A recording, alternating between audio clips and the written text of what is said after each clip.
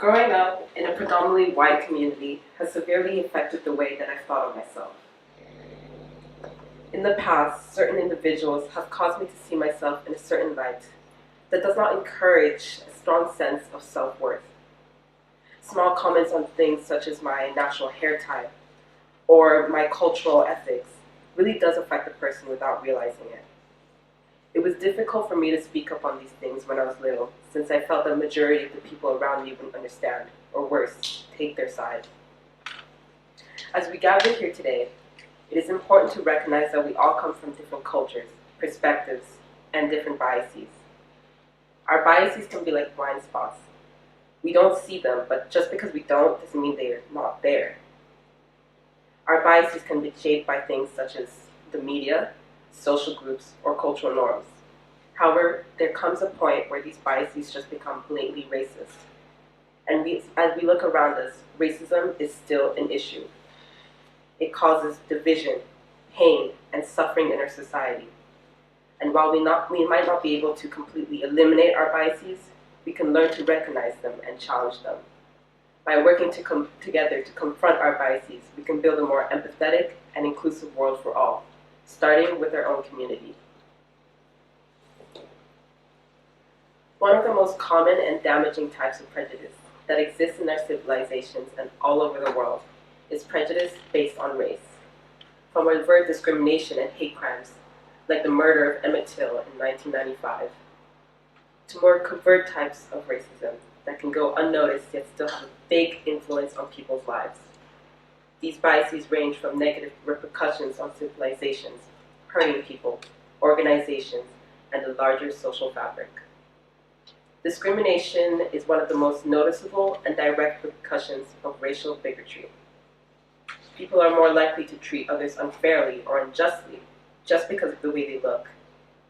This might range from discrimination in work and housing to unfair discrimination in the criminal justice system. For instance, the U.S. Bureau of Labor Statistics states that white individuals make up 78% of the workforce, while the Black and Asian community only make up 13% and 6%. It also states that even when candidates of color are similarly qualified as white candidates, they are more likely to be rejected from job opportunities and promotions just based on their race. Similar to employment discrimination, landlords and real estate salespeople are more likely to refuse to rent or sell just because of their race. Racial prejudice may have catastrophic repercussions on people, making them feel isolated, helpless, and marginalized. People's mental health and general well-being can be negatively impacted when they are routinely refused opportunities, subjected to unjust treatments, or targets of discrimination, just based on their race. They could struggle to have a sense of belonging since they may feel they are not appreciated by their society.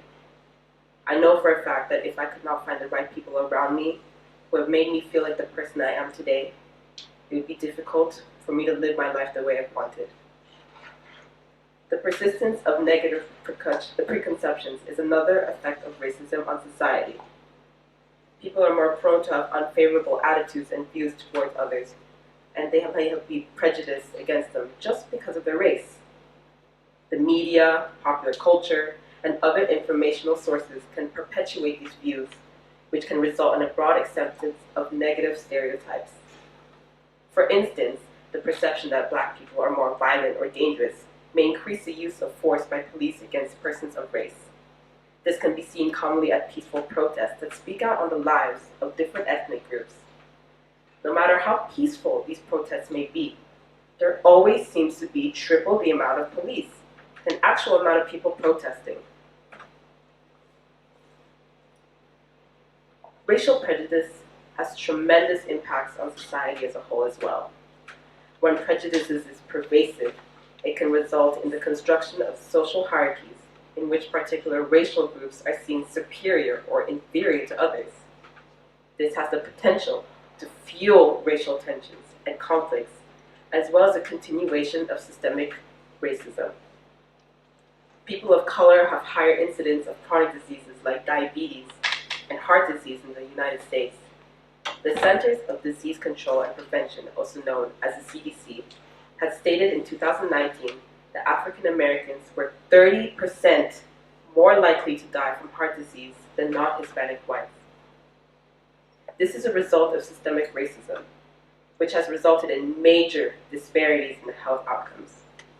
People of color are also less likely to have access to high-quality education as a result, which has led to inequalities in the educational achievements.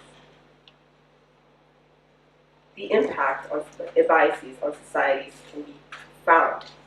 Biases can be detrimental to both individuals and societies in a variety of ways, which has been by fostering inequality and widening social gaps, as well as having an effect on mental health, as well as decision-making.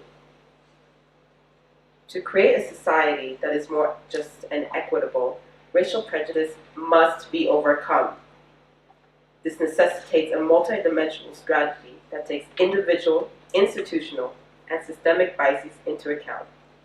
Individuals can make an effort by identifying and combating their own biases. This can be accomplished by educating oneself, reflecting on yourself, as well as interacting with others of various racial backgrounds. As minimal as it sounds, just starting a conversation about racism, biases, and prejudice is the first step. So go out and make that first step. Thank you.